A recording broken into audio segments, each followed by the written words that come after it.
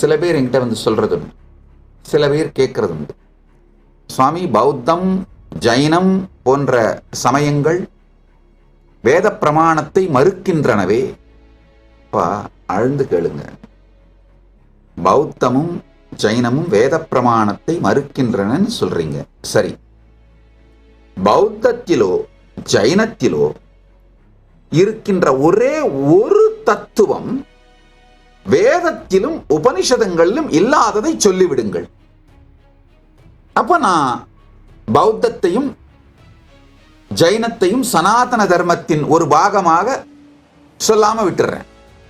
ஆழ்ந்து புரிந்து கொள்ளுங்கள். ஒரே ஒரு தத்துவம், ஒரே ஒரு சத்தியம் பௌத்தத்திலோ ஜைனத்திலோ இருக்கின்ற எல்லா சத்தியங்களிலும் ஒரே ஒரு சத்தியமாவது வேதங்களில் உபனிஷதங்களில் இல்லாததை சொல்லிவிடுங்கள்.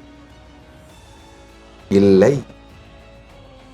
அதனாலதான் சொல்றேன், பௌத்தமும் ஜைனமும் கூட சனாதன தர்மத்தின் பாகமே.